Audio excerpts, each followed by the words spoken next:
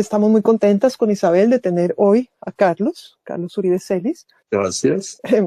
Excelente. Yo conocí a Carlos esencialmente porque Carlos es un sociólogo que ha trabajado sobre los años 20 en Colombia y sus libros son referencia. Pero resulta que cuando lo conocí personalmente, pues me di cuenta, él me contó que también trabajaba otros temas como este, que pues sobre la Biblia, las escrituras, la historia antigua, pues realmente interpretación de las escrituras desde otro marco. Me pareció apasionante, a mí me interesan esos temas, aunque no le he podido dedicar mucho tiempo, pero me pareció muy oportuno. Ahora pues que estamos empezando la novena, invitar a Carlos, que es sociólogo, investigador en historia y crítica social, con más de una decena de libros publicados en autoría individual y otros más en autoría colectiva, y que ha sido profesor de la Universidad Nacional de Colombia. Es además doctor en psicoanálisis y tiene otros posgrados en la Universidad de Cambridge, en Inglaterra, y también en los Estados Unidos. Ese es el perfil de Carlos. Y es además el autor de este libro que lo he puesto en redes, se llama Jesús, la historia alternativa. Entonces me parecía realmente muy sugestivo tener a un sociólogo, pues ya vieron todo este trayecto que él tiene, esté trabajando sobre estos temas, que en Colombia creo que no es usual. Como varios saben, pues yo vivo en Francia y en Francia sí hay muchísimos trabajos con este enfoque, pero en Colombia no tantos, porque ha sido más la iglesia la que ha dominado la interpretación, la lectura, el comentario sobre la Biblia, sobre el Antiguo y el Nuevo Testamento. Entonces me parecía realmente muy interesante poder conversar con él, y pues ahí he lanzado algunas preguntas en redes. De repente vamos a ir conversando con él y con Isabel. Quizás lo primero sería, pues realmente para entrar en materia, vamos a hablar de los evangelios, ¿no? Como cuándo se escribieron los evangelios, cómo llegaron hasta nosotros, Carlos. Bueno, ante todo, un agradecimiento muy sincero y especial para Olga Lucía y para Isabel, las dueñas, voy a decir así, de este espacio, palabra que se usaba en otro tiempo para la comunicación radial, ¿no? Los espacios radiales. Pero ahora veo que se usa en el contexto en que estamos. Bueno, con su vocablo en inglés, space. Muy bien, entonces un agradecimiento especial, y debo decir que soy un entusiasta de Jesús, o como diríamos hoy también, para ubicarnos en el léxico actual, un fan de Jesús. Soy un fan de Jesús. Pero hay un divorcio porque no me considero cristiano, ¿no?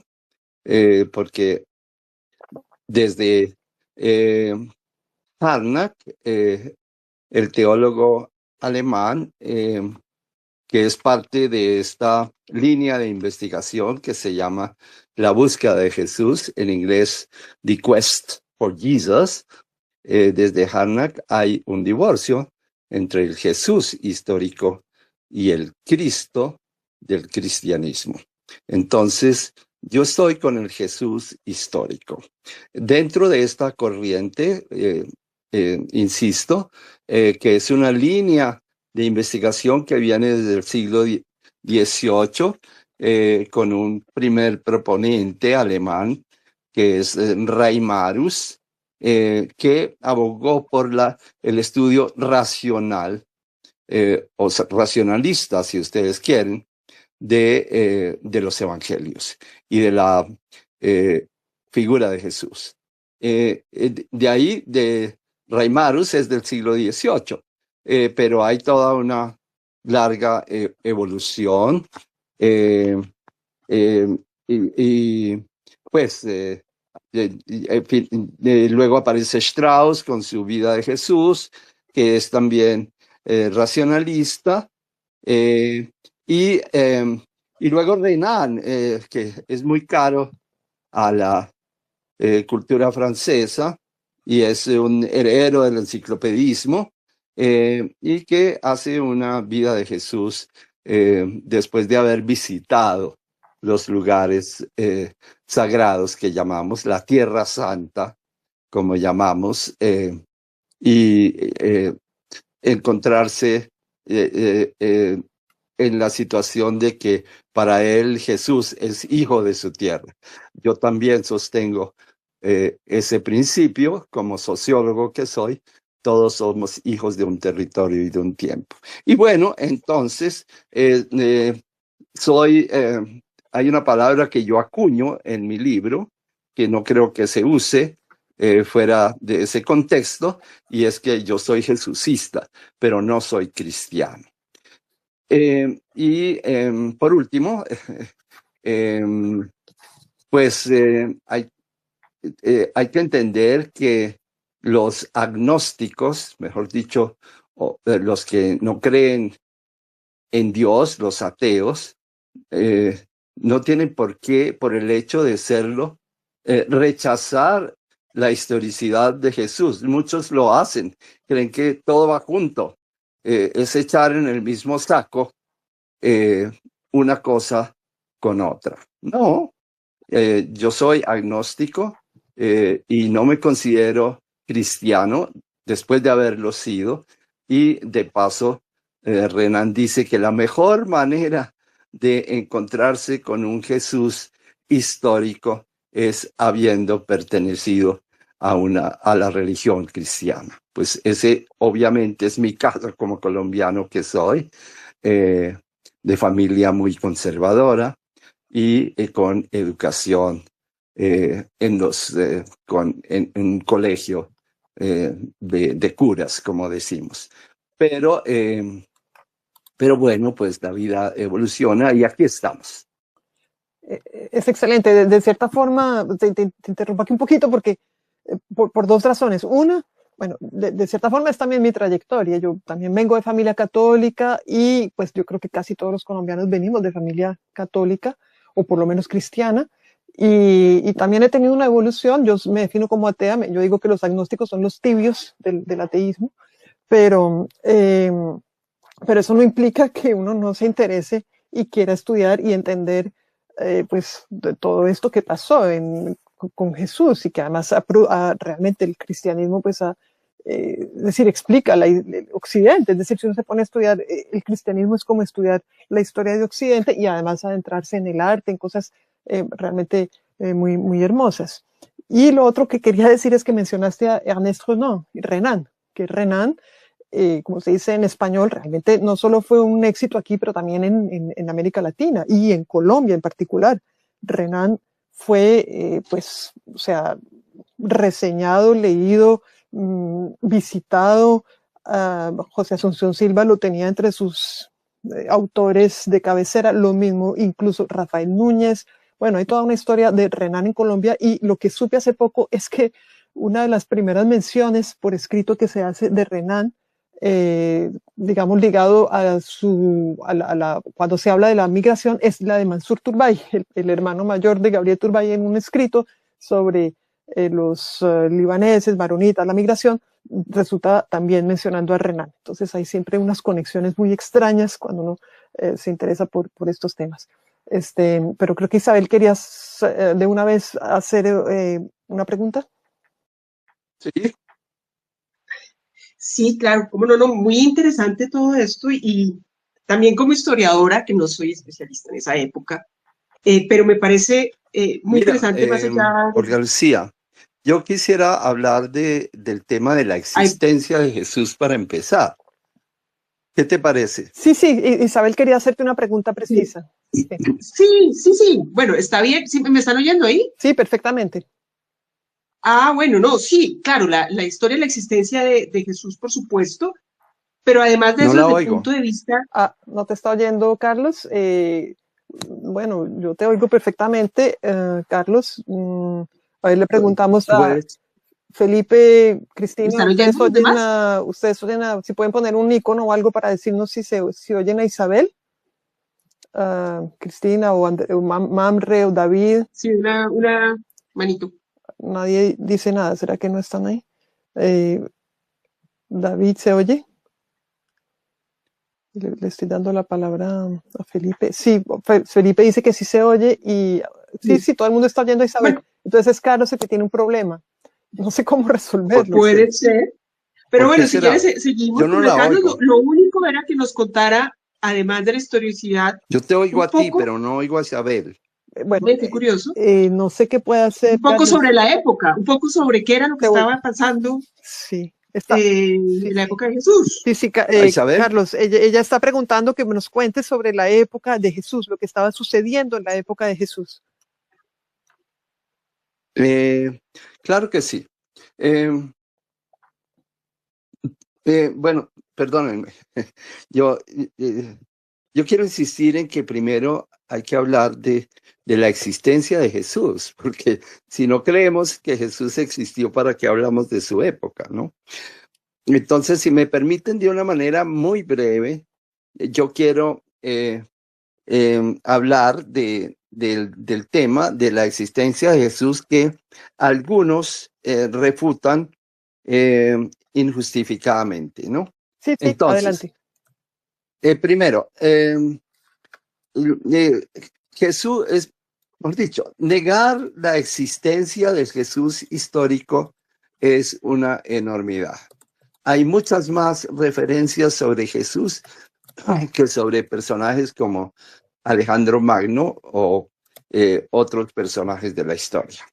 Entonces, Jesús realmente existió y esto es totalmente independiente de el desarrollo de la religión cristiana, que tenemos que empezar por decir que no es, pues que no se inicia con Jesús. Jesús es un judío, un personaje del judaísmo maravilloso y dentro del judaísmo contradictorio, sin duda, pero es un personaje absolutamente maravilloso. Bueno, pero aparte de eso, ¿por qué decimos que Jesús existió? Bueno, porque hay referencias en los autores latinos, romanos, particularmente en Tácito, Suetonio y Plinio el Joven, que son los que se citan. Tácito hablaba de que el cristianismo, pues se refiere al cristianismo como una superstición abominable. Suetonio dice que ellos son historiadores romanos. Suetonio dice que Claudio, que había un personaje llamado Cresto y que dio lugar a una secta cristiana y que Claudio expulsó de Roma a los cristianos por inconvenientes y porque no los quería. Y finalmente Plinio el Joven habla de que hay una secta cristiana que se reúne los domingos y que loaban a Cristo como si fuera un Dios. Pues esas referencias que no son nada, digamos, positivas respecto de, en este caso de Cristo, pero decimos de Jesús, son muy importantes y no tenemos por qué negarlas. Alguien dijo que eso no existía. No, por favor. Una cosa es una cosa y otra cosa es otra cosa, como decíamos. Por otra parte, hay muchas otras fuentes. Y el Talmud habla de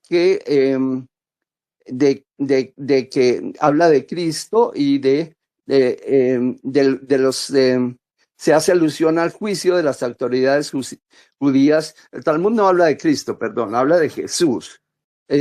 y por último, pues aparece el famoso Testimonium Flavianum, que es controvertido. ¿Qué pasa con el Testimonium Flavianum? Que sin duda tiene interpolaciones de carácter cristiano, de eso no hay la menor duda. Pero hay una alusión a Jesús como un predicador, como un sabio,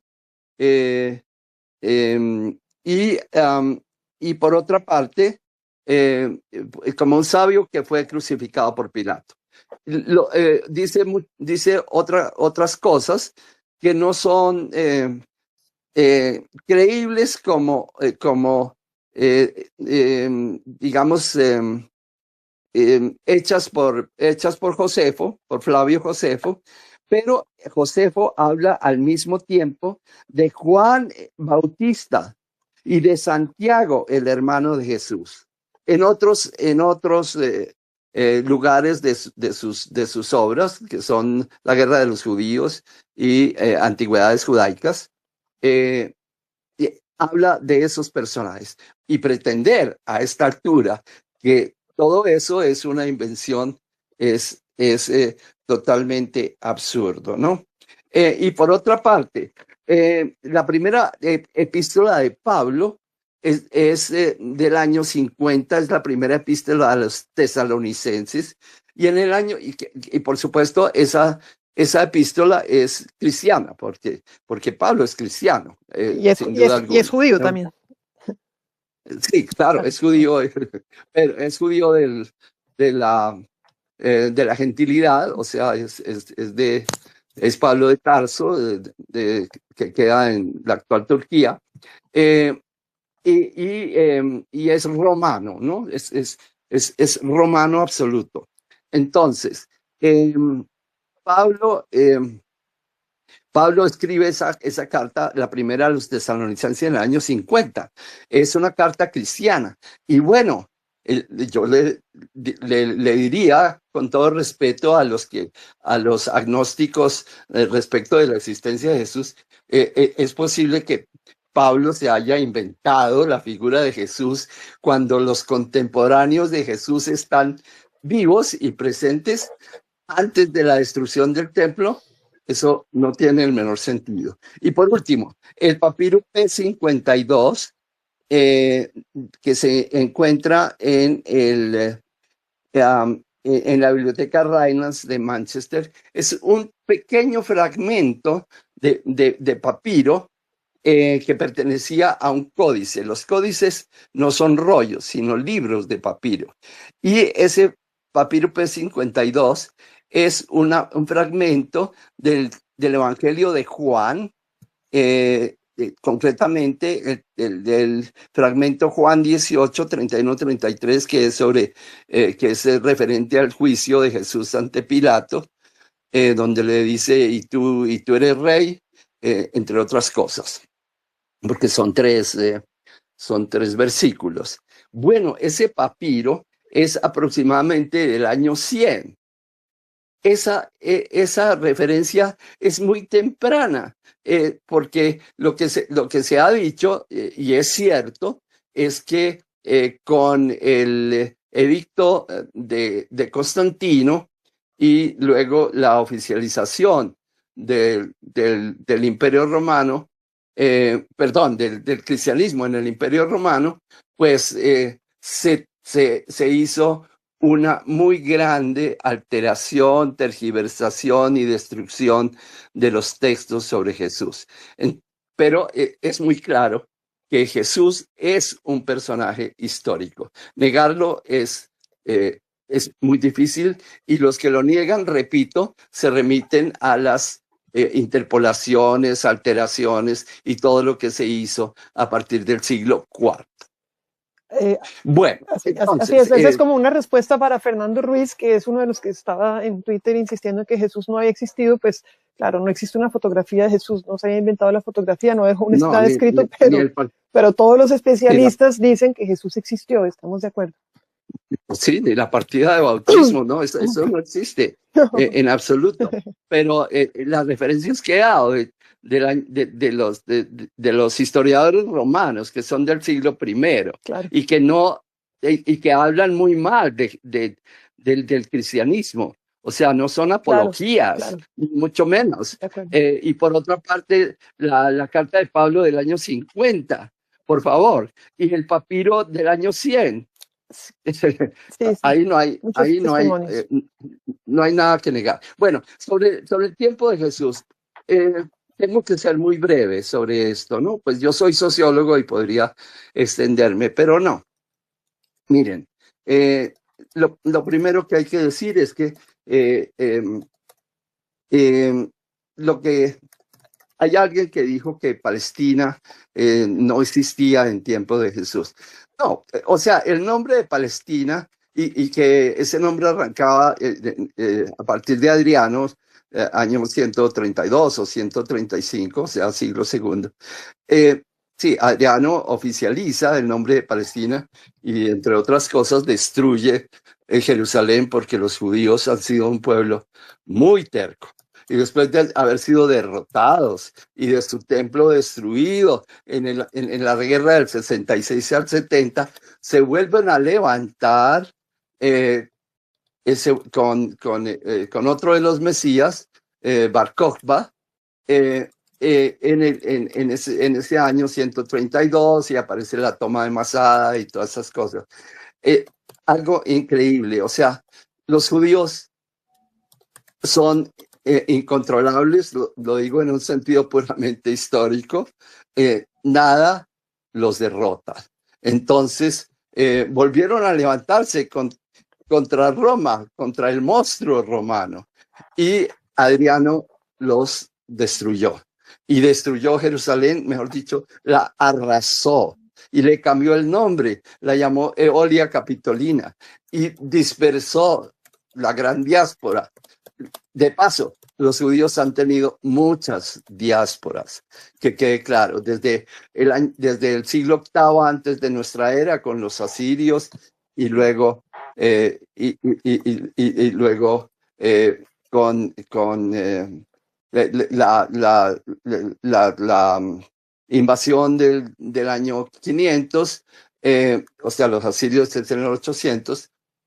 Entonces, ¿qué pasa? En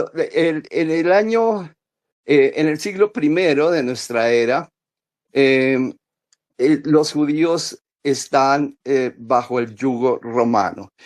Pompeyo llega en el año 63. Hay un momento histórico fundamental para mí en la historia de Jesús como sociólogo historiador, y es la Revolución Macabea del año 165, Antes de nuestra era. antes de nuestra era, por supuesto, por supuesto. Esa revolución es fundamental, no solamente desde el punto de vista histórico, sino desde el punto de vista ideológico. Mucho de lo que son los judíos en el siglo I de nuestra era, en el tiempo de Jesús, es una consecuencia de la revolución macabea.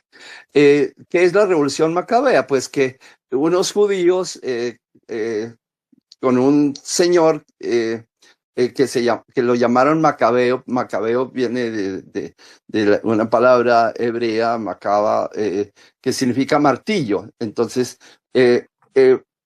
lo llamaron así, el martillo, porque lograron derrotar a Antíoco IV Epífanes, el rey Seleucida, heredero de la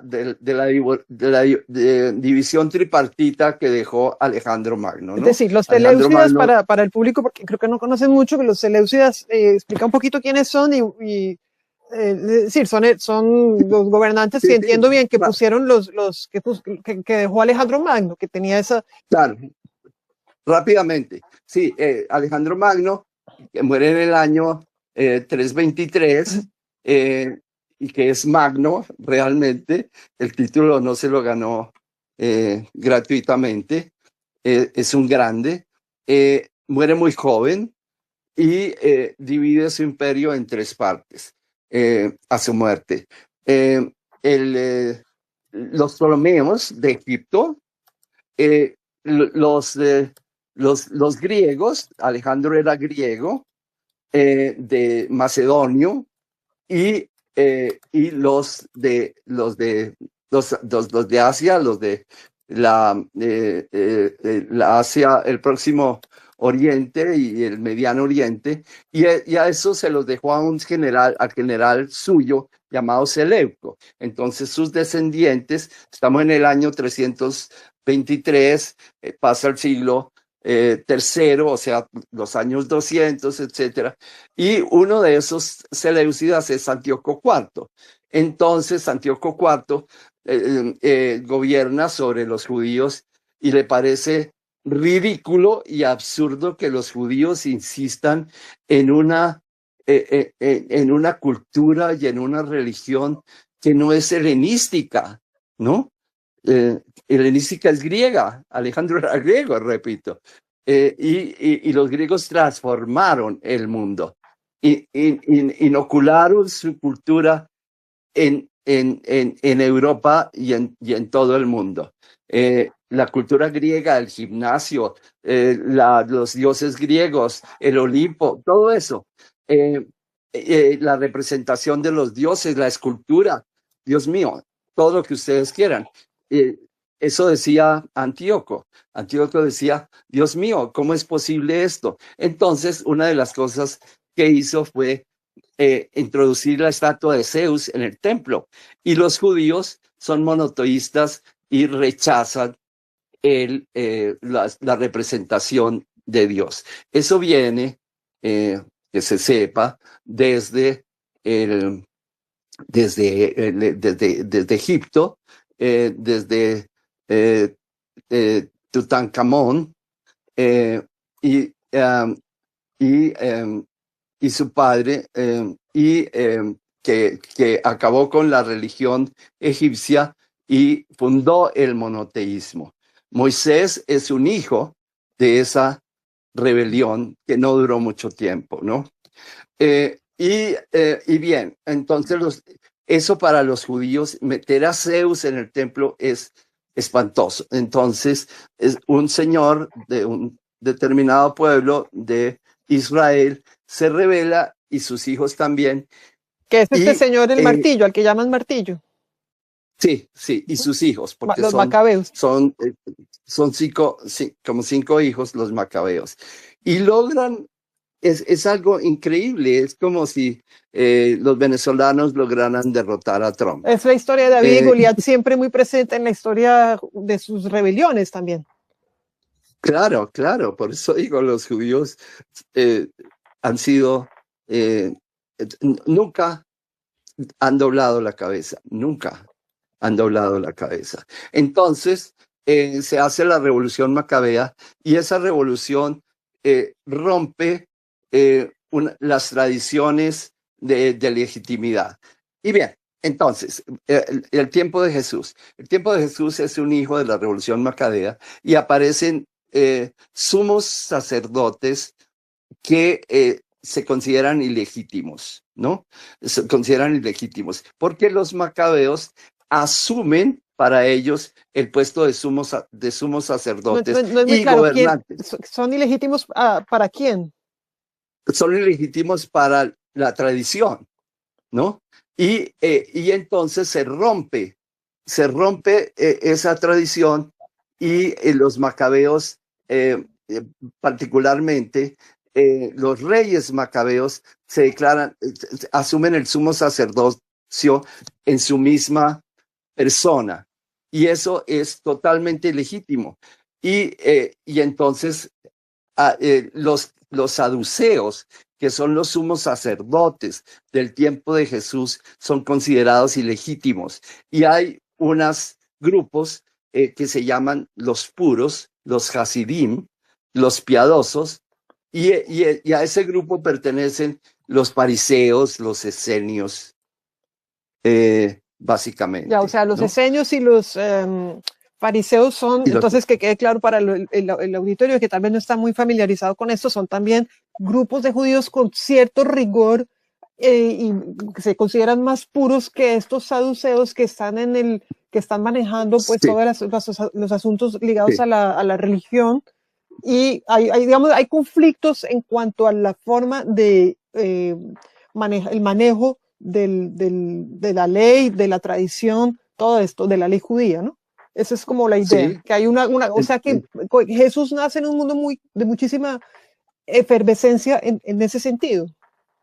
sí. Entonces, venían los macabeos y en el año 67, después de Salomé Alejandra, 67 antes de nuestra era, obviamente, sus dos hijos disputan el trono, Aristóbulo e Hircano.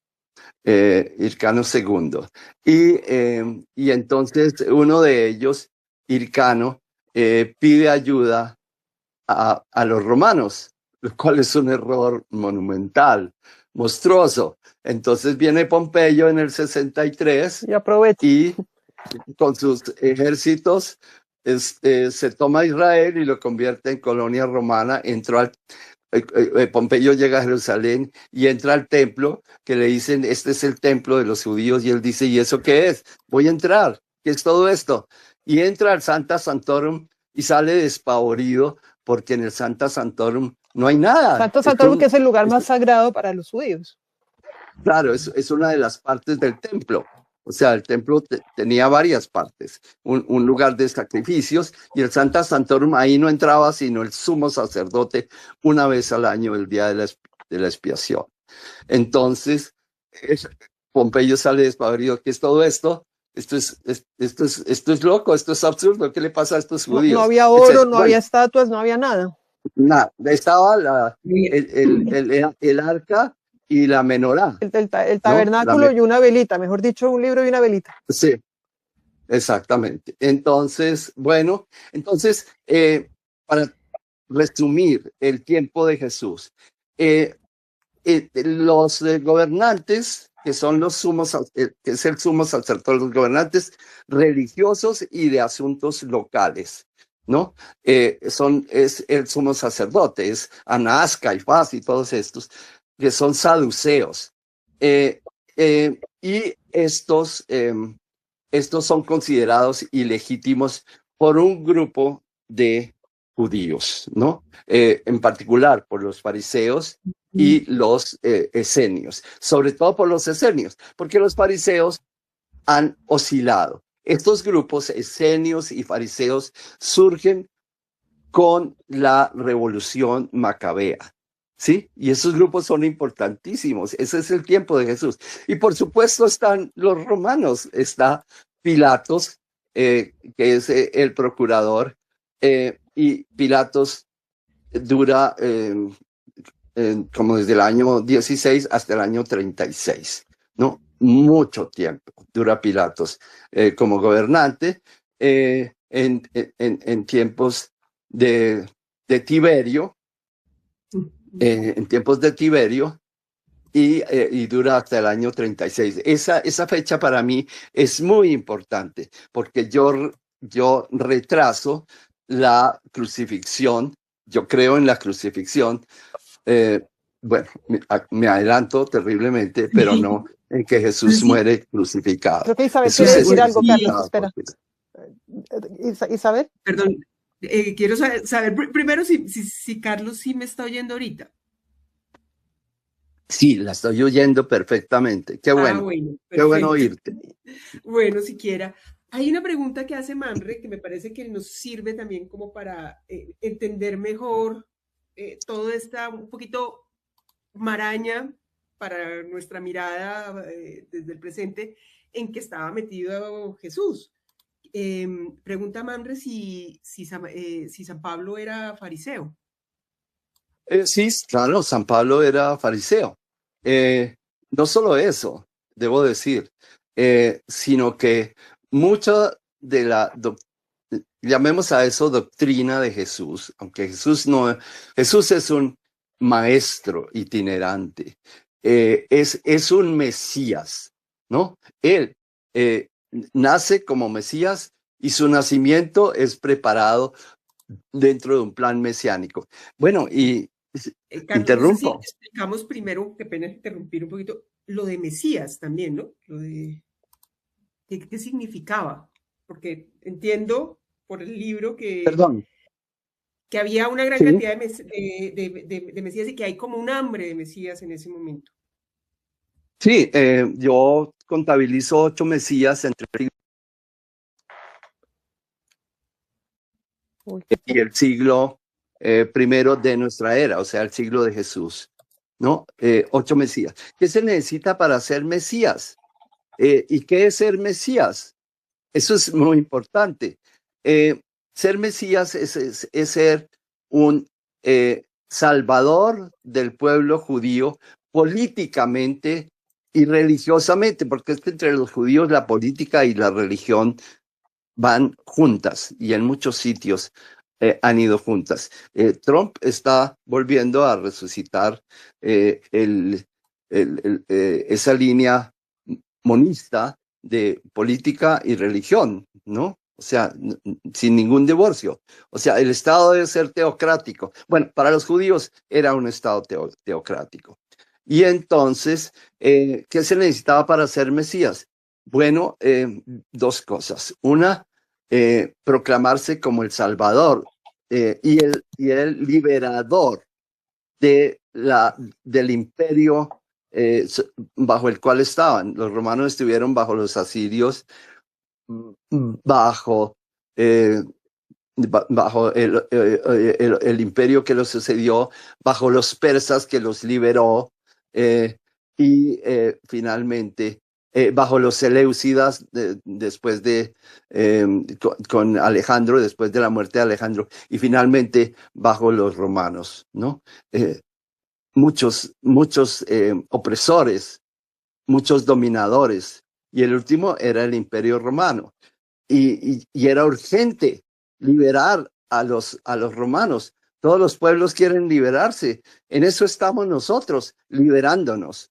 Entonces, el que era un líder político y debía tener un requisito fundamental: ser de la estirpe de David, ser davídico. Y esos 8 Mesías que yo recabo en mi texto, todos son davídicos. Hay uno muy famoso, que es Judas de Gamala, que incluso hay algún autor que dice que Judas de Gamala era el papá de Jesús. No creo en eso. Yo propongo otro origen de Jesús que no es el tradicional, etcétera, etcétera. Entonces, Jesús era un Mesías y en ese sentido, de hecho, la palabra Cristo quiere decir Mesías. la palabra Cristo, sí, quiere decir Mesías, y Mesías quiere decir ungido, ¿no? Porque el Mesías debía ser ungido con aceite desde Saúl, ¿no? Desde Saúl y David y ellos, o sea, desde que se establece el reinado después de los jueces en Israel, antes del año 1000, ¿no? Entonces hay que ungirlo con aceite. Y claro, entonces esos son Mesías, pero hay que ser davídico. En tiempo de Jesús hay que ser de la estirpe de David. Y los judíos guardaban esas genealogías equivocadas o no, porque en el Evangelio hay 2 genealogías de Jesús que en muchas partes no coinciden, ¿no? Como sabemos. Uno evangelista trae una y otro evangelista trae otra. De todos modos, Jesús era davídico. Y atención, Pablo, las únicas referencias históricas, entre comillas, de Pablo sobre Jesús son 2, porque Pablo no habla de la historia de Jesús, no le interesa.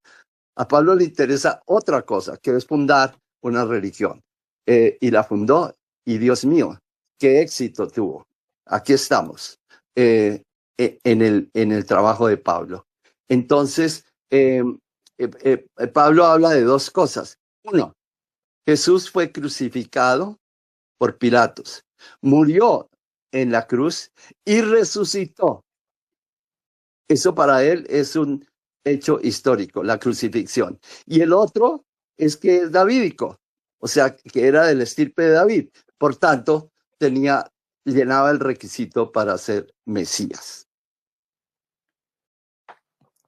Eso es. Entre otras que la palabra Cristo es ungido en Bien. griego, porque Sí, ahí podemos de paso saltar a este asunto de la lengua en la que fueron escritos los evangelios, sí. las fechas en las que fueron escritos, la lengua en la que fueron Ok, escritos, y justamente ahí aparece el griego con Cristo. Cristo es una palabra griega para claro, decir ungido, y ungido. Mesías es una Eh, transliteración eh, de ungido. Sí. en español hay una palabra que es crisma, ¿cierto? La crisma es la parte de la cabeza donde en el bautismo echan agua, ¿cierto? Esa es la crisma, Sí. se pegó en la crisma. Bueno, que es la misma raíz de Cristo, de la unción. Muy bien. Entonces, el- hay 4 evangelios canónicos, ¿no? Y muchos otros no canónicos, que Canónicos, o sea, reconocidos por la iglesia. reconocidos por la Iglesia, particularmente desde el siglo II y de manera absoluta desde el siglo IV con Constantino. Bueno, con los asistentes de Constantino después de la oficialización del cristianismo como religión del Imperio Romano. Pero el primero que hace eso es eh, Isidoro de León.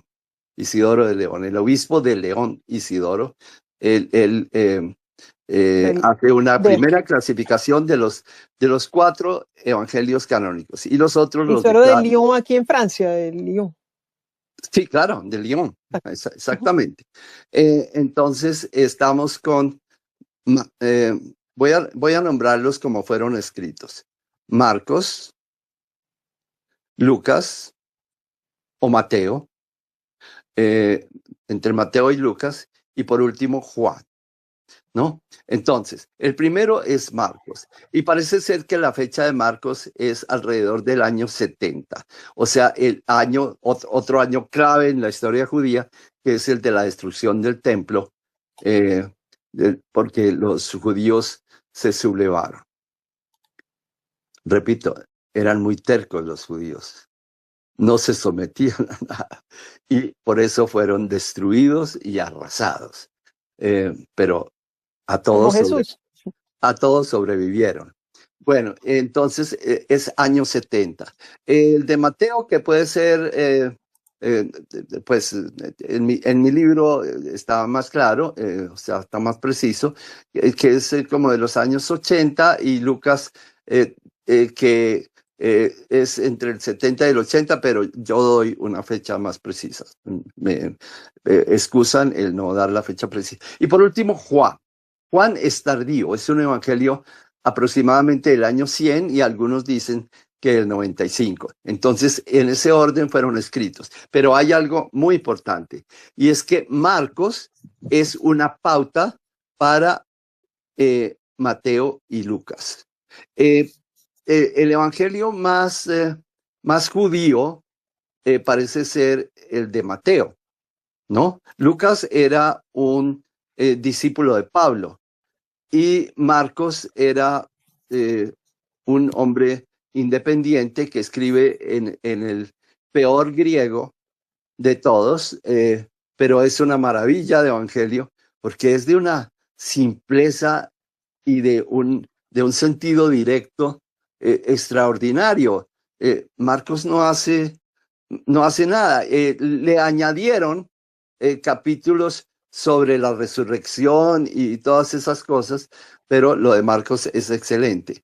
En el siglo Y segundo, ¿no? Le agregaron, es decir, el Evangelio de Marcos termina con que unas mujeres vieron a un hombre al no, lado de una tumba y les dio miedo. es, Y en el siglo segundo le agregaron dos párrafos más para ponerlo, pues, a que ya se puso a ver a todos los amigos, a todos sus antiguos discípulos, el resucitado. Pero como sí, terminaba era mucho más intenso. no, la parte de la resurrección es la que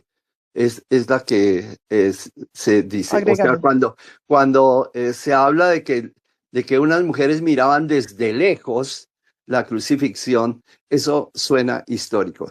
Más adelante voy a decir qué es para mí histórico y qué no es histórico, ¿no? Por supuesto, todo esto, aquí hay una interpretación, pero la interpretación no es mía, es de todos. O sea, el cristianismo no ha hecho más que interpretar los textos y da una lectura de los textos, pero esos textos, hablo de los evangelios canónicos, permiten una serie de interpretaciones. Y eso es lo interesante. O sea que... Pero un segundo para redondear, para que nos ubiquemos en fechas, las epístolas, la epístola de Pablo a los... Son anteriores. Las epístolas son anteriores. Exacto. Claro. Los evangelios son más o menos desde el 70 hasta el 100, más o menos, después aproximadamente de la muerte de Jesús. Y luego, y fuera de eso, hay unos apócrifos que no fueron metidos en el canon y que también son de estos años. Sí, pero una cosa, todos los evangelios, los canónicos, Marcos, Mateo, Lucas, Juan, todos se basan en tradiciones y en otros escritos. Particularmente parece que hay un escrito que trae los dichos de Jesús, los logia, que se llama, de Jesús.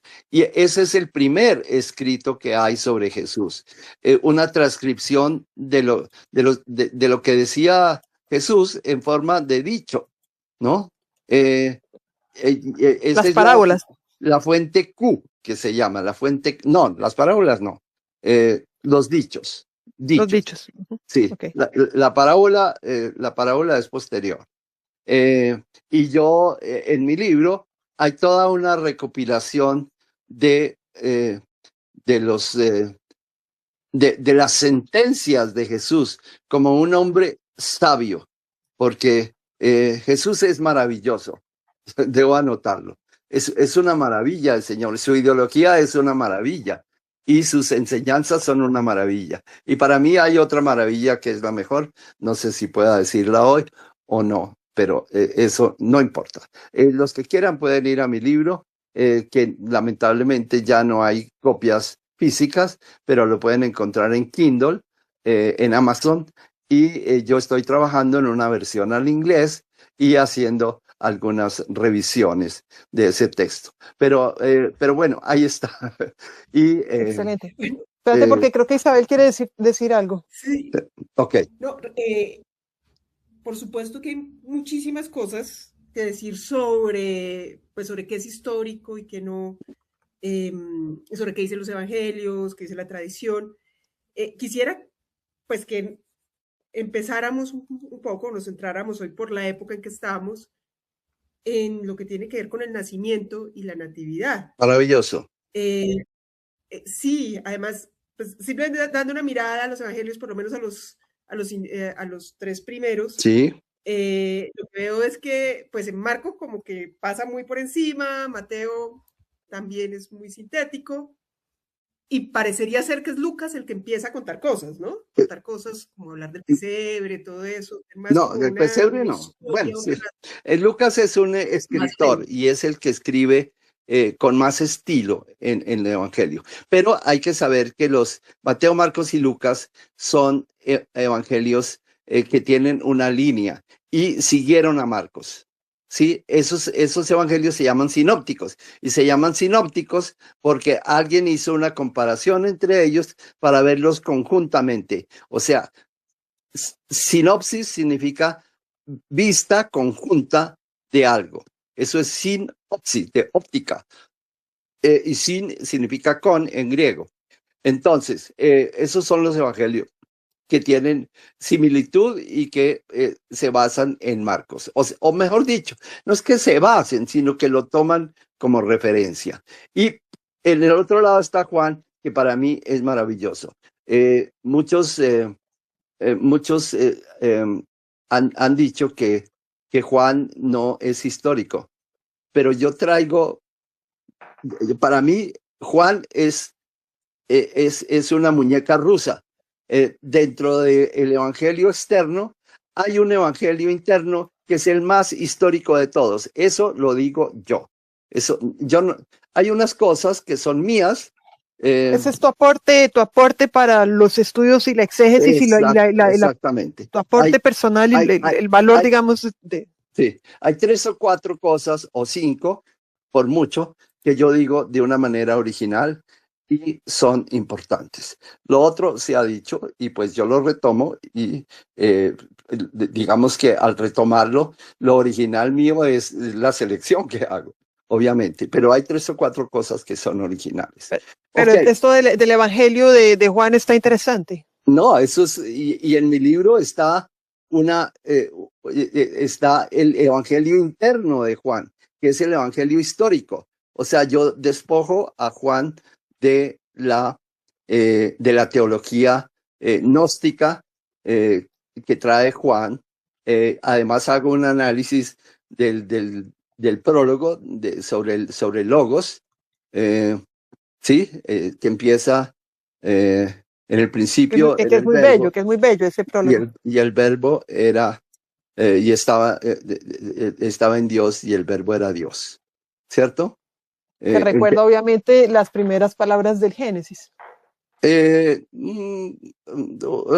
Not quite, no del todo, pero está ahí, sí, o sea, el Logos está en el Génesis, obviamente, porque es que toda la creación sale de una palabra de Dios, sí, de las palabras de Dios. En el primer día dijo Dios, por favor,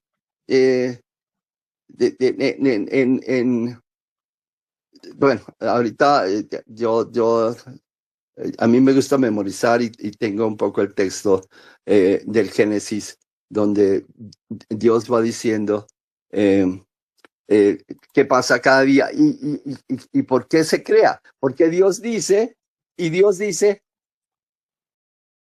hágase, o sea, la luz es y la luz es. O sea, el texto hebreo dice así. Bueno, de ahí viene la historia del Logos. Pero el Logos es tomado por Filón de Alejandría, por ejemplo, ¿sí? Que es del tiempo de Jesús, que es del siglo I y es un gran expositor del judaísmo, que desarrolla el tema de la alegoría. Filón es un grande y por los gnósticos, porque eso es, a propósito del tiempo de Jesús están las otras doctrinas, o sea, el gnosticismo es importantísimo y Juan, el texto de Juan es en parte gnóstico y hay cosas de Pablo que son gnósticas, pero más de otra cosa, pero no sé, o sea, hay muchas cosas de qué hablar. Muchas cosas, pero volvamos a la pregunta de Isabel, este asunto del nacimiento de Jesús, porque de Jesús, pues digamos, los evangelios se han concentrado esencialmente en el ministerio de Jesús en sus últimos años, en la pasión, en la muerte, tal, pero de su vida anterior no se conoce mucho, sin embargo, algunos evangelios sí mencionan su nacimiento. Bien. En una frase resumo mi punto, pero puedo hablar sobre eso. Todo lo que se dice sobre la infancia de Jesús es ficticio. O sea, no hay nada. Lo que está en los evangelios es ficticio. Sí, para mí es ficticio. Eso es inverosímil. O sea, a ver, ¿qué pasa? Se dice que, o sea, todo es una exageración. Pero insisto en algunas cosas que son los que recoge la tradición navideña, que es linda, ¿no? O sea, en la semana anterior, creo, oí un villancico del Pacífico sobre la Navidad y es maravilloso. Me hizo llorar. Es hermoso, pero eso no tiene nada que ver con la historia. No importa. Es lindo. Claro, puede ser una mitología bonita, así como lo come uno el pesebre, y eso no quiere decir que sea real. Y esto quiero mostrar que yo no soy come curas, o sea, que si hablo del Jesús histórico y no creo en el Jesús del cristianismo, que es el Jesús deificado, etcétera, eso no quiere decir que no admire tantas cosas hermosas del catolicismo y del cristianismo. Está lleno de cosas hermosas, pero basadas en otras líneas. Mi aproximación al Evangelio es, que quede claro, siguiendo la línea de la investigación, la búsqueda de Jesús, The Quest for Jesus, en inglés, que viene desde Reimarus en el siglo XVIII. Mi aproximación es, de un lado, racionalista, de otro lado, materialista, de otro lado, basada en el método de la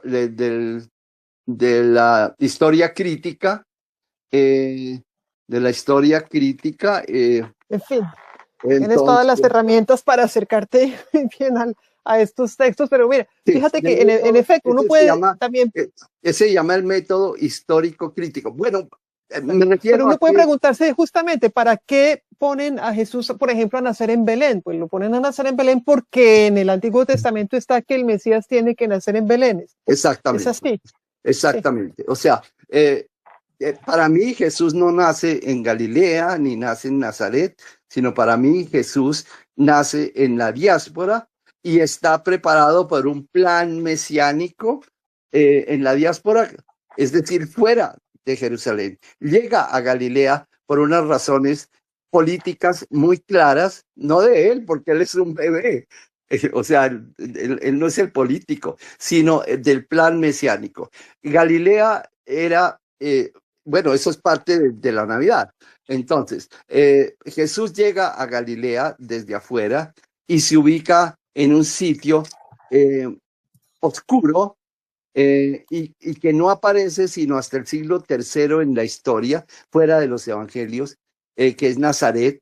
Ese sitio no aparece en Josefo, ni aparece en ninguna de las historias romanas, y Josefo fue gobernador de Galilea y conoció a Galilea perfectamente y cita todos los pueblos porque él habló de la guerra y nunca aparece Nazaret. Pero Nazaret, digamos que existió. ¿Por qué?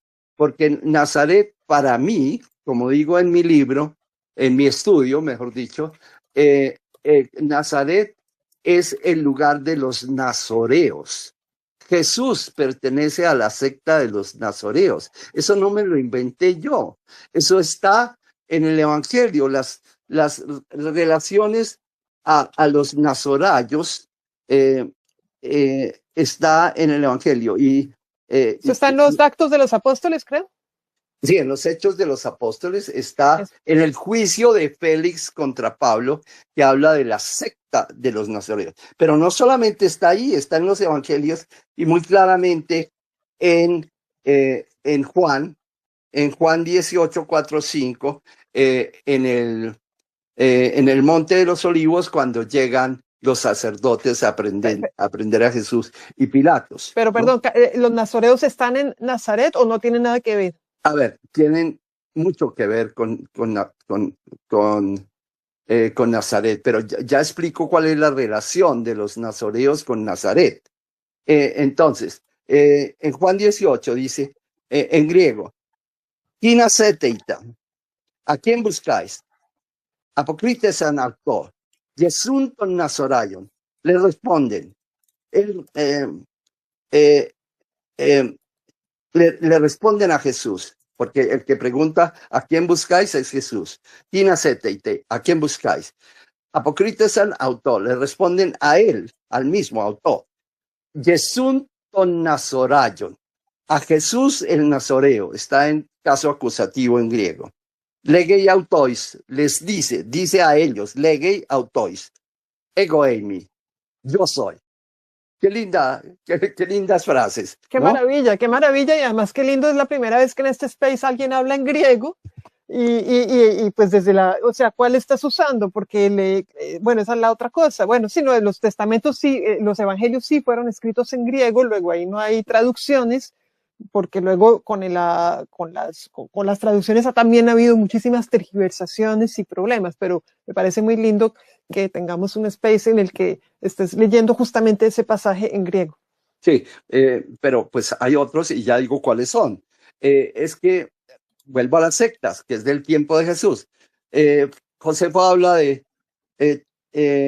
de 4 sectas: saduceos, que gobiernan; fariseos, que no se sabe, políticamente no se sabe bien qué son.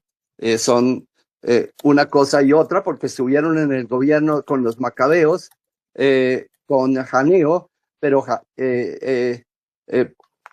Janeo los atacó y ellos atacaron a Janeo por el cuento de la legitimidad, ¿sí? Y entonces Janeo crucificó a 800 fariseos. O sea, estuvieron en la mala con Janeo. Pero su hija... Ese es el otro tema también. La crucifixión no era una cosa excepcional. Es bueno también que se sepa, era un castigo pues que los romanos ejercían. A ver, la crucifixión es excepcional para los judíos. Esa no es la muerte judía. La muerte judía es por lapidación. Pero este loco crucificó, que es un castigo persa y romano. Los romanos lo toman de los persas, pero de mucho tiempo atrás. Y los judíos no matan crucificando, matan lapidando, o sea, tirándole piedras. Y así murió, así murieron cristianos en el tiempo de Jesús. Ok, las sectas de Josefo son saduceos, fariseos, esenios y celotes. ¿Ok? Y celotes. De todo el cuento de los celotes que dicen que eran guerrilleros, etcétera, pero y que Jesús era celote. No, Jesús no era celote, ni era esenio, ni era fariseo, y por supuesto era saduceo. Jesús era un hombre absolutamente original y maravilloso. Era original. Ok. Entonces le falta una secta a Josefa ahí, que es la secta de los nazoreos. ¿Cuál es la relación de la que hablamos entre Nazaret y los nazorayos? Yo digo que Jesús, así, en 2 líneas. Jesús no nace en Galilea. Jesús viene de la diáspora, pero aparece en Galilea.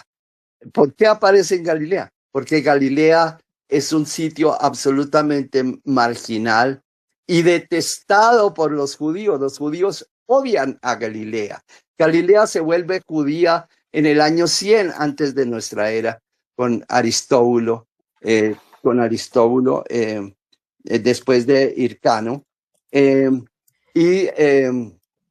Hircano coloniza Idumea, que es al sur, que es árabe, que es una tierra ismaelita, o sea, del origen de los árabes. Ismael fue hijo de Abraham, igual que Isaac, etcétera, hijo de la esclava. Toda una historia. Bien, entonces Hircano coloniza a Idumea. ¿Y por qué Idumea es importante? Por favor, porque Herodes es idumeo. Herodes no es judío, resulta judío. Pero porque la historia es así. Entonces, Idumea, y enseguida su hijo, muy, muy próximamente, año 100 aproximadamente, un poco antes, año 100, Galilea pasa a ser parte de Israel. No lo era. Y los galileos hablan raro, hablan arameo, y todos hablan arameo, porque ya el hebreo se deja de hablar desde el siglo III. Entonces hablan arameo y hablan muy chistoso. Y entonces por eso identifican a Pedro. Sorry for it. Sí, no, tranquilo. Este también habla chistoso, él también habla chistoso. Sorry por el gastapo. Identifica a Pedro por su acento cuando entra a la casa de Anás y Caifás, ¿no? Cuando llevan a Jesús. Y entonces lo entra José de Arimatea, que es que es un amigo de Jesús camuflado, es fariseo, pero está camuflado en el Sanedrín, es un parlamentario. Y lo entra y entonces una mujer, la portera, le dice: ¿tú quién eres? Y entonces Pedro dice: soy Pedro. Y dice: usted sí habla raro, usted debe ser de los amigos de Jesús, porque habla muy raro, habla ahí como los galileos. Ahí te salió el acento, te salió fue el acento de Antioquía, iba a decir el acento paisa te salió. Le salió un acento pastuso, yo diría, un poco pastuso, de una frontera. Entonces, Jesús llega a Galilea, y la familia de Jesús, María, José, Santiago, Simón, Judas, todos esos son los llamados hermanos de Jesús o los hermanos de Jesús. Ok, entonces Jesús llega allí. ¿Por qué llega allá? Por razones políticas, porque Jesús no puede aparecer como Mesías. Sí puede aparecer, pero el peligro que corre es mortal en Judea. ¿Sí me entienden? No puede aparecer en Judea. Eso es muy loco. Y el plan mesiánico es pero además, inteligente. Carlos, él sé que está, pues, dice que es el rey de los judíos. Él es el rey. ¿Y qué quiere decir que sea un rey? Por eso. O sea, es un Mesías. El Mesías. Y todos están contra el Mesías. Los saduceos están contra el Mesías. Los fariseos quieren un Mesías, porque todo el siglo I es el hambre de Mesías. El hambre de Mesías. Está en los textos, está en la literatura intertestamentaria, está en la Amidá, en las 18 bendiciones de los judíos que todavía las rezan, etcétera, etcétera. Es un hambre de mesianismo. Necesitamos un liberador. Como en Colombia, más o menos. Sí, como en el proceso independentista colombiano. ¿Ok? Y todos los procesos independentistas del mundo, porque Colombia es solo un ejemplo. Bueno, entonces entonces hay un sitio que en los evangelios no solo se llama Nazaret, sino se llama Nazara. Bueno, déjenme decir, en Hechos 24:5 aparece la secta de los nazoreos, aparece en Mateo, aparece en Juan, y en Mateo y en Juan, esa cita de nazorayos, que viene de una secta nazorea del Antiguo Testamento, que aparece en Números. No podían, como Sansón, no podían cortarse el pelo y no podían beber vino. Y como así que Jesús bebe vino y le dicen borracho y todas esas cosas, porque Jesús es un rebelde. No es un rebelde, es un poquito rebelde. Pues, resulta rebelde, pero él no se propone ser rebelde. Resulta rebelde, resulta anti. Entonces, perdona, pero a todas estas no he entendido si él es nazareno y nazareo o es nazareo pero no nazareno. Bueno, claro, es que hay una confusión, que las versiones cristianas posteriores quieren que esa secta de los nazorayos no aparezca, porque eso es problemático, ¿sí? Para el cristianismo paulino.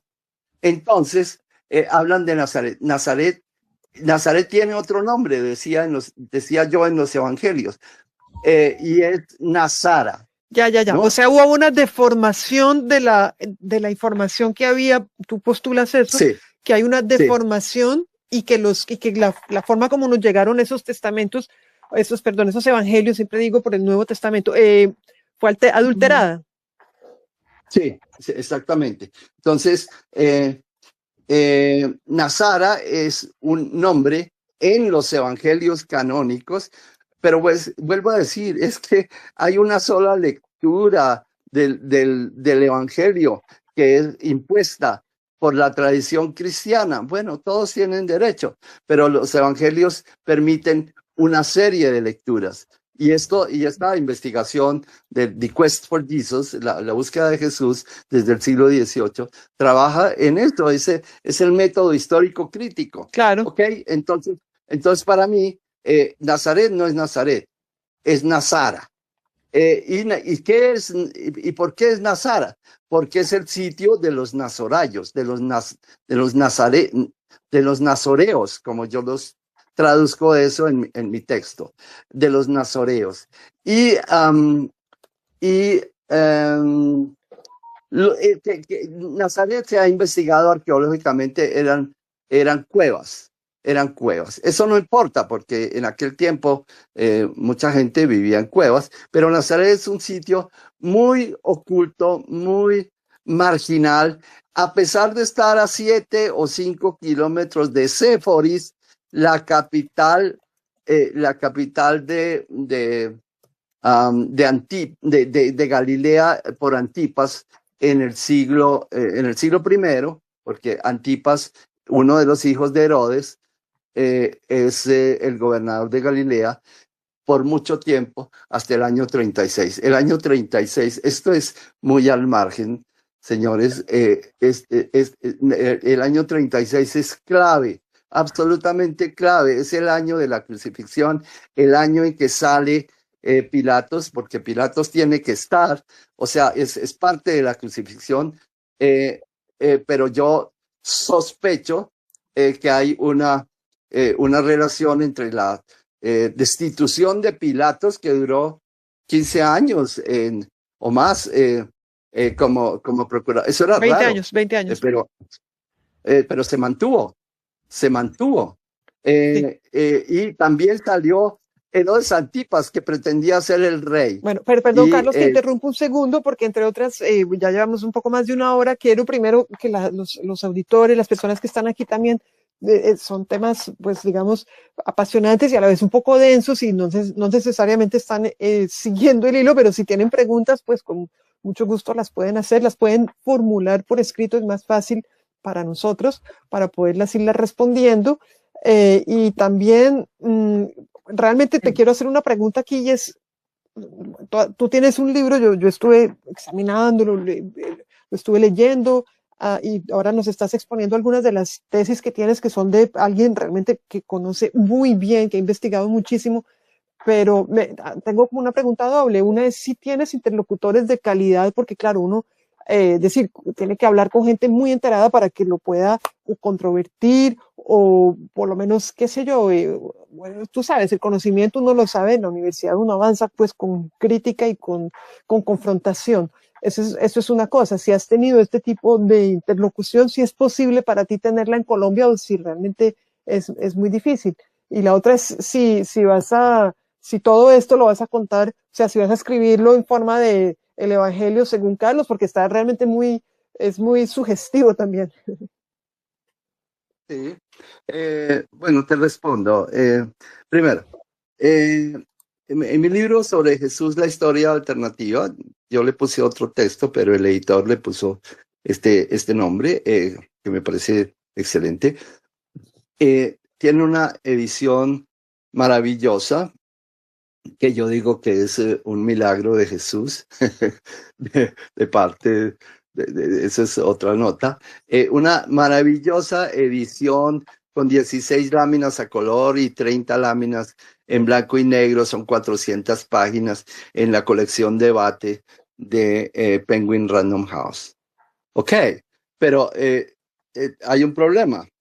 ¿Cuál es el problema? El problema es que es un libro colombiano y está escrito en español. Eso es un problema. Primero, ¿por qué es un problema? No, yo soy muy orgulloso amo a mi tierra más que a mi mamá. Y por otra parte, bueno, mi idioma es el español. Qué lindo idioma. Y ese está siendo el primero del mundo. O sea, todo el mundo está hablando español menos los gringos y los europeos, que son poca gente.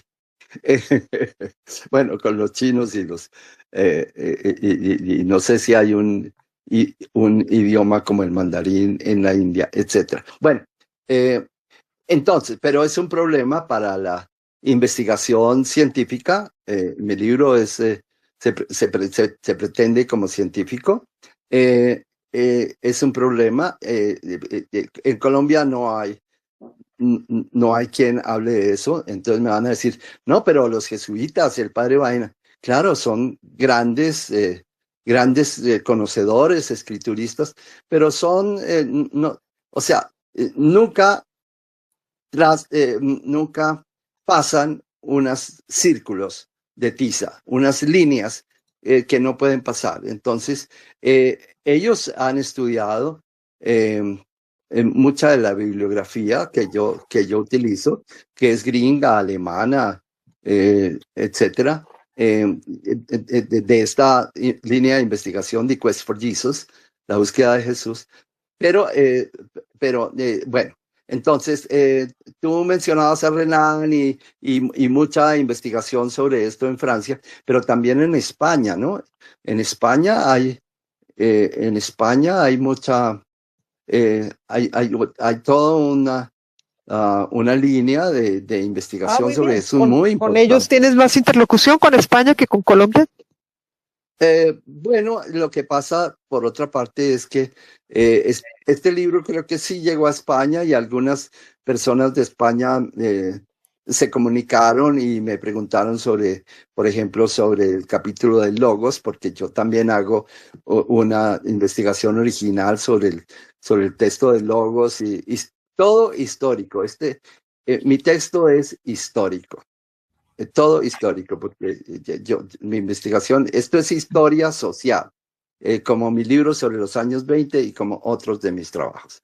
Bueno, entonces, de esa manera respondo tu pregunta. Lo estoy traduciendo al inglés y veremos. O sea, hay muchas cosas que no salen inmediatamente, salen después. O sea, Shakespeare fue conocido en el siglo XVIII. En tiempo de los románticos alemanes. Y el Capital de Marx no se conoció sino 40 años después, cuando fue traducido al ruso. En fin, Marx vivía frustrado porque no lo leyeron, no lo entendieron, no supieron qué estaba diciendo. En fin, bueno, pero eso es agua para mi molino. Carlos, yo quisiera retomar algo que usted comentó, que también dice en el libro, que dice que habla de la originalidad de Jesús. ¿Qué es lo que hacía el original? Jesús es una maravilla. Aprovecho para hacer otra parte de preguntas que aquí está haciendo la gente, porque invité a la gente a hacer preguntas, claro. Y aquí entonces de una vez está la que hace Isabel y hay otras dos preguntas. Una es de Mambré, que dice, nos gustaría preguntar sobre María, su familia. Hay tradiciones muy antiguas que hablan de ella. Y además fue testigo de la crucifixión y compañera de los apóstoles. Esta es una. Y la segunda, de Salvatore Laudicina, que pregunta, ¿hasta qué punto lo que está consignado en la Biblia corresponde realmente a la vida de Jesús y su rol político durante el Imperio Romano? ¿Hay cosas que se han omitido porque desvirtúan su figura espiritual como Mesías? Bueno, ¿por dónde empezamos? La que quieras. María, la que hizo Isabel o... Ok. Entonces, como yo postulo que Jesús viene a Galilea a un lugar, a una comunidad pequeña, muy pequeña, que hace parte de un plan mesiánico, es decir, acogen al Mesías por un tiempo, ¿no? Jesús está por un tiempo en Galilea y el Evangelio dice que se fue a Egipto, que es una cosa un poco extraordinaria para ser judío. Los judíos no se iban para Egipto, pero bueno, yo eso lo considero histórico, pues verosímil, porque mi criterio es la verosimilitud, ¿no? O sea, ese es mi criterio. Si suena verosímil, lo investigamos y si tiene referencias, otras referencias históricas, ahí está. Y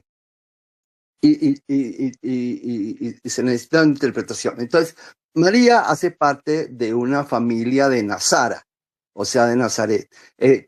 Hay un grupo de nazoreos. Entre esos nazoreos están, por supuesto, María y supuestamente José, que parece que no vivió mucho tiempo, pero era un viejo que se casó con la Virgen María, y bueno, yo asumo que tuvieron hijos, están los hermanos de Jesús, Santiago, el gran Santiago, por favor. Santiago es un super personaje, distinto de Jesús, ¿no? Místico, eh, totalmente judío. No es que Jesús es de origen judío, pero Jesús rompe con muchas cosas, sin proponérselo. Simplemente él dice lo que cree que es justo y digno y verdadero. Es su posición, simplemente. Entonces, están ellos, está Zacarías y Elizabeth, los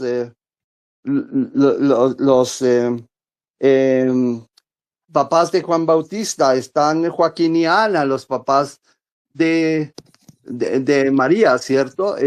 Está, por supuesto, Juan Bautista, está Nicodemo y José de Arimatea. Todos ellos están en ese grupo, no muchos y otros, ¿no? Hacen parte del plan mesiánico, protegiendo a Jesús, pero Jesús va y viene. Entonces, 2 o 3 cosas. La matanza de Herodes, eso es absoluta ficción, que mató a todos los niños porque supo que venían los magos. Ningún historiador dice eso. Eso es un hecho muy importante para ocultarlo. Herodes mató a todos los niños y ningún historiador habla de eso, ni romano, ni nadie habla de eso. O sea, eso no existió. Eso es una ficción. Jesús ante los doctores, que es otra cosa de la infancia. Eso es un mito que aparece en la historia de Buda. Buda también va a los doctores. ¿Y por qué pasa todo esto? Bueno, pues porque poco a poco el cristianismo, a partir de Pablo, que dice que Jesús resucitó y que es el Hijo de Dios y que Jesús es Dios, toda la doctrina absolutamente respetable. Yo no estoy contra eso. Eso es la fe. Y contra la fe no hay nada. Mejor dicho, no, o sea, si tú crees, maravilloso. O sea, estamos en posiciones distintas, pero yo no estoy peleando contigo porque crees, ¿no? ¿Cómo sería eso? No, nunca. Tú tienes derecho a creer. Es la fe. Muchas cosas pasan, o sea, credo quia absurdum. Creo porque es absurdo en latín, ¿no? Que se lo atribuyen a Tertuliano, pero no está muy claro. Algo similar, dijo. Ok, entonces, María es la madre adoptiva de Jesús desde mi punto de vista. Y María no acompaña a Jesús. Puede estar en la crucifixión. Creo que Jesús fue crucificado. Lo que no creo es que haya muerto en la cruz. Y hay toda una historia, pueden leer mi texto en el capítulo 5, ¿qué pasa con Barrabás? ¿Qué pasa con Judas Iscariote? ¿Qué pasa con Pilatos? Pilatos y Judas eran amigos de Jesús. Ok, entonces, pero por otra parte, la familia de Jesús, cuando empiezan a ver actuar a Jesús, igual que Juan el Bautista, que fue su precursor, Juan el Bautista es parte del plan mesiánico, o sea, él va a anunciar al Mesías. Ahí está el Mesías, ahí viene el Mesías. O sea, Juan el Bautista fue un super político. Jesús nunca tuvo la audiencia de Juan el Bautista. No, o sea, Juan el Bautista fue un gran personaje, por eso lo mató Antipas, ¿no? Porque era un peligro mortal. Y bueno, y entonces cuando Jesús empieza a actuar, Juan el Bautista dice, y este tipo haciendo las cosas que hace y las cosas que dice, sí es el Mesías que yo estaba anunciando. Y viene la familia de María y dice, oiga, vamos por él, ese tipo está loco. ¿sí? No lo conocían. Jesús es un desconocido en su casa, en su tierra. ¿Por qué? Porque es otra cosa y su formación es otra. En Nazaret no podía, Jesús es un letrado, Jesús conoce muy bien la escritura sagrada, los salmos y los profetas, sobre todo Isaías, Jesús, nadie puede corchar, como decíamos aquí, a Jesús. No, Jesús siempre sale adelante. Los fariseos son muy celosos. Jesús es en gran parte fariseo, pero los fariseos no saben qué hacer, no saben qué hacer. ¿Y qué pasa con este hombre? Miremos, pongámosle cascaritas. Y Jesús siempre sale adelante en las cáscaras de los fariseos. Siempre sale adelante con una inteligencia monumental. Entonces, Jesús no buscaba nada. Decía, cuando hacía milagros, porque Jesús hacía milagros. Por supuesto que hacía milagros. Eso no es antirracionalista. Es que mire, todos hacemos milagros. ¿Acaso cómo santifican a los santos? No es porque tienen que hacer un milagro. Todo el mundo hace milagros, no se necesita ser Dios para hacer milagros. Por supuesto que se necesitan otras cosas. Y eso es parte de las enseñanzas de Jesús que dejamos para otro momento. Ahí está María. No andaba con Jesús. La que sí pudo andar más con Jesús fue María Magdalena.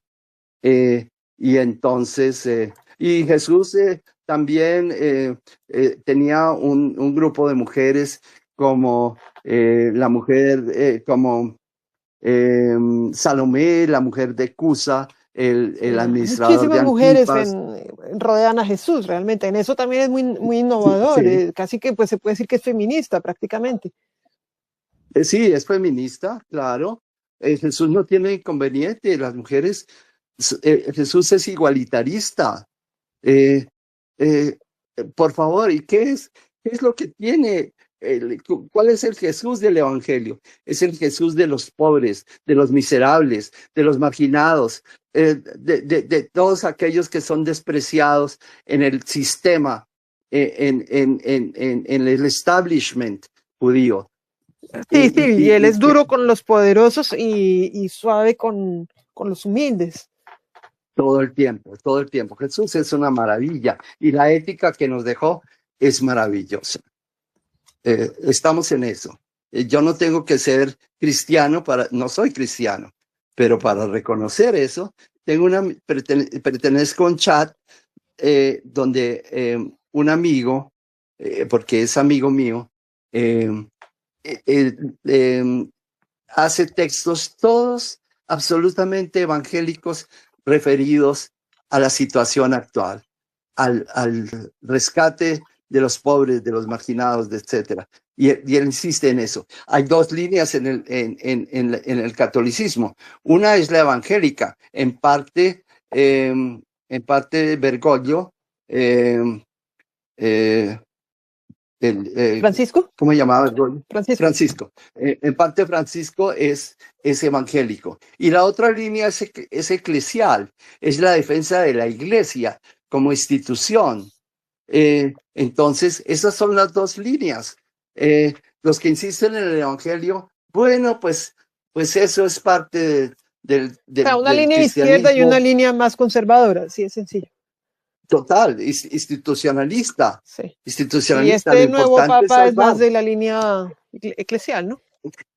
Claro, lo importante es salvar a la institución. El evangelio es secundario. Aquí, por cierto, que ahí podemos poner lo que está dejando Cristina Carrizosa, que nos dejó un mensaje que dice: interesantísimo todo. Lástima que con tanta información hay dispersión, pero mil gracias por la charla. Pregunto, justamente, anota con lo que venías diciendo. Para el historiador, ¿el éxito del cristianismo se debe a Jesús, a Cristo?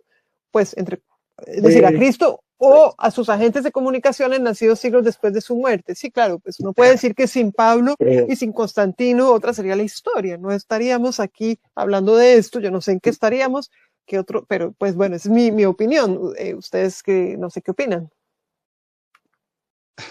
Mira, la dispersión es total, porque estoy tratando de decir muchas cosas que están todas en mi texto en este rato, que ya llevamos mucho tiempo para hacer Sí, un ya va, space. sí, sí.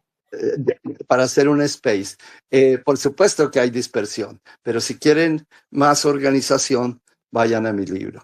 Sí, Primero. Dos, ¿a qué se debe el éxito del cristianismo? Primero,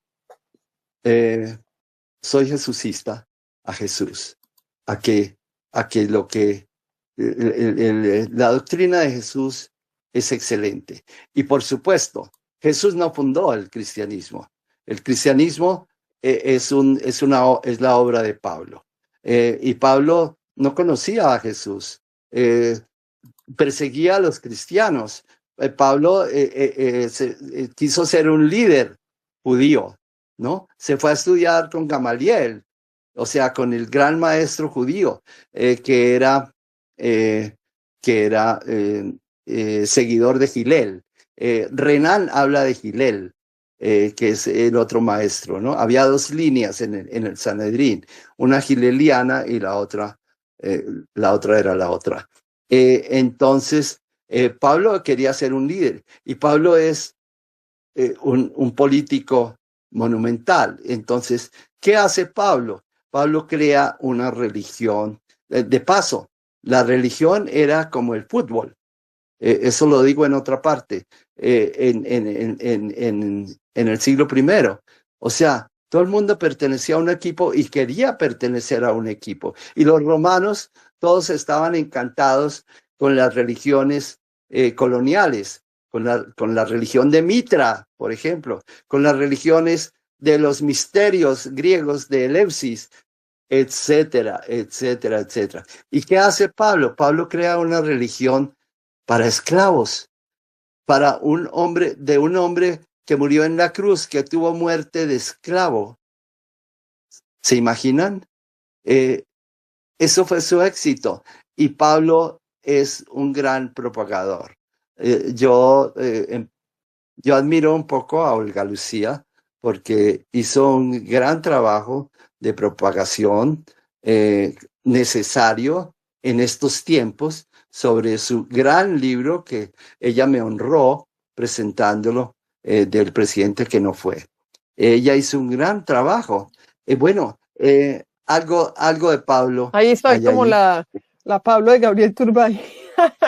Fíjate que tiene algo, viendo los evangelios cuando fueron redactados, claro, uno dice no, pero 80 años después redactar un evangelio, obviamente eso quién sabe estará muy deforme, ¿no? Pues 80 años es No, básicamente lo que yo estoy haciendo con Gabriel Turbay, es escribir el libro, un libro, o es decir, 100 años, claro, 80 años para contar una claro. historia, o si hoy nos pusiéramos a contar la historia de alguien, de Isabel, que ha estado trabajando sobre un personaje de finales del siglo XIX y con muy poco rastro, pero claro, es perfectamente...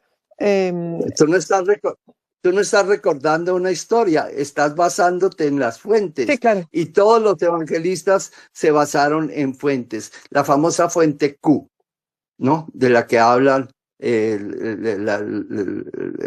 Quest for Jesus, la búsqueda de Jesús.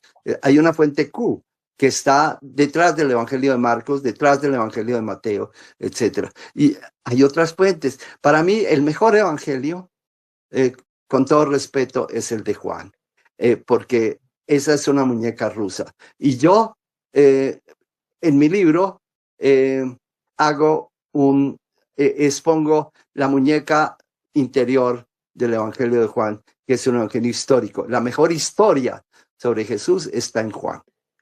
La mejor historia. Bueno, en todo caso es muy bonito leerla. En estos días que me he estado leyendo de todo un poco, pero sí, lo captura uno y lo lleva además a esos territorios. Es muy evocador, es muy visual. Yo lo veo permanentemente, lo veo con imágenes. Es muy bello. Él sí. y bueno, el de Marcos, que es sintético también, es bello. Cada uno tiene su estilo. Sí, bueno, yo quiero agradecerte enormemente la oportunidad que me has brindado de exponer un trabajo que para mí es muy importante. Yo yo ya digo que yo eh, he escrito más, ahí están mis textos, ya casi no hay, bueno, de los años 20 que tiene 3 ediciones, la última revisada y es el doble de la primera edición. Pero de los otros no, he escrito sobre Marx, he escrito sobre Bolívar, soy un bolivarista, me considero un bolivarista. Carlos, pero ¿cuándo Em, empezaste tú a investigar sobre estos temas? Sobre, a ver, empecé a investigar en el año 94 como profesor de la Universidad Nacional. Yo anuncié un libro una clase, una clase de, esas clases son abiertas, que se llamaba Ateísmo, Religión y Cristianismo Primitivo. Ya había iniciado mi investigación sobre Jesús y a partir de ese momento seguí investigando hasta el año 2018, en que Penguin Random House y en particular el editor Andrés González, Juan Camilo González. Juan Camilo González tomó mi libro y lo editó. Hizo una edición maravillosa. Entonces, y yo sigo en el tema, no es mi único tema, tengo por fortuna otros temas y aquí estamos, pero esta investigación sobre Jesús, le digo a mis amigos, estoy siendo lo más honesto que puedo. Qué pena con ustedes, qué pena con todos los que me han oído. Estoy siendo honesto. A veces hay que pedir perdón por ser honesto, ¿sí? Claro. No es bueno ser honesto, no es lo mejor. La La verdad no es fácil. La verdad a veces duele. Hay que ser político, no ético. O sea, el político no es ético, así sea idealista, pero no puede ser ético, porque si es la política, dice Tzvetan Todorov, es el arte de matar. Hay que matar a todos los rivales, de un modo o de otro. Así que bueno, una cosa es la política y otra cosa es la ética. Bueno, ahí te remito a Mateo, no me acuerdo cuál es el versículo, pero cuando dice, pues Jesús también dice, habla de la espada, ¿no? Decir, Sí. tú también, Jesús tampoco es que fuera un niño tierno, un hippie, ¿no? Es también un personaje enfático y que defiende y ataca fuerte. También. Ataca lo que tiene que atacar. Con todo el valor del mundo. Miren lo que le pasó. Miren lo que le pasó. Exactamente. O sea, era un hombre absolutamente valiente. Bueno. Y yo no hablo. La pregunta es de. Sí. ¿Sí? Pues. Sí. Cerrando, que a propósito de algo que menciona Botellita de Jerez, pero que también está en su libro, que es sobre Barrabás. Sí. La pregunta, ahora que nombran los elotes, es cierto que Barrabás era uno de estos, pero recuerdo que hay una teoría también alrededor de Barrabás en su libro. No, yo tengo una propuesta original sobre Barrabás. ¿Qué significa Barrabás? Es del hebreo Bar-Abas, es decir, hijo del padre. Bar es la palabra para decir, o sea, es para tu apellido. Tú eres Jaime Bar González, ¿ok? Eres Jaime, hijo de un González. Ok, Barrabás es Barabas, es hijo del padre. Y para mí, mi interpretación de Barrabás es que es una tramoya en la que Pilatos, un poco por salvar a Jesús, porque en mi texto Pilatos es amigo de Jesús. Por favor, claro que es amigo. Y ahí está toda mi interpretación. Y Judas quiere salvar a Jesús. Y Judas intriga ante los que tenían una voz frente a Pilatos, como José de Arimatea, que era un parlamentario, era un miembro del Sanedrín, un cristiano un jesucista Un judío. clandestino, porque el cristianismo no existía, pero él era amigo de Jesús y En va ese sentido. a donde Pilato y hace muchas cosas por Jesús y Pilatos le hace caso, pero al final tiene que crucificarlo. Ok, en esa pasión, en ese juicio, los soldados inventan un teatro con un hombre que a mi juicio es el mismo Jesús. O sea, ¿qué es eso de hijo del Padre? Es que ese era un dicho de Jesús y los judíos no podían, no podían aceptar, no podían tolerar que alguien hablara tanto del Padre. Y yo incluso hago, con todo respeto, una observación psicoanalítica de Jesús, ¿no? Pero no me meto en eso. Hay cosas que yo hago con timidez. Y otras donde soy un poco más fuerte. Pero para mí, Barrabás no es un personaje histórico, ¿no? Es parte de una tramoya que se inventan los soldados romanos en el pretorio, y recordemos que los soldados romanos disfrazan a Jesús. Lo disfrazan de rey, lo disfrazan de ampón, y que es Barrabás, y le dan el nombre, el calificativo de hijo del Padre. Esto es original mío. Quiero cortar acá. Muy bien. Con todo respeto, voy a llegar hasta este punto. Mil gracias, Carlos, a todos ustedes. pues muchas gracias a ti. Como les recuerdo, este espacio va a quedar grabado en YouTube, así es que se puede volver a escuchar, se puede quizás oír con tu libro en la mano o por lo menos en la pantalla, y realmente estás proponiendo una lectura, como se llama el libro, una lectura alternativa de Jesús. No sé cuál era el título original que tú tenías, pero es realmente muy sugestivo pensar que podemos leer de otra forma y que este conocimiento tan profundo, pues sí, se admiten otras lecturas y se tienen que confrontar. A mí me parece realmente muy estimulante. Así es que te agradezco muchísimo a todos los participantes. Aquí leo que Cristina Carrizosa puso: debo retirarme, maravilloso espacio, gracias a los tres. Simona Wink, qué buen espacio, gracias. Manre también dijo gracias. Entonces hay varias personas contentas. Eso también nos gusta mucho, nos agrada muchísimo. Isabel, si quieres decir algo, despedirnos. Tienes que abrir el micrófono. Bueno, Isabel, creo que algo le pasó. Muchas gracias. No, Carlos, muchas gracias.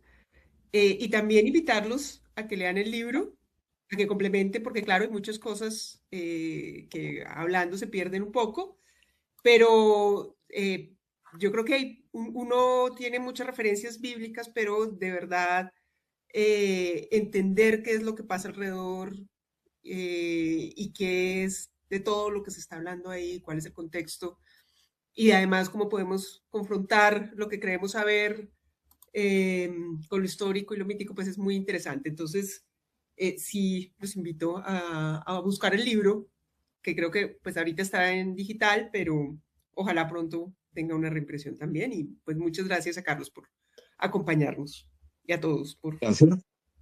Bueno, feliz noche. Gracias. Gracias.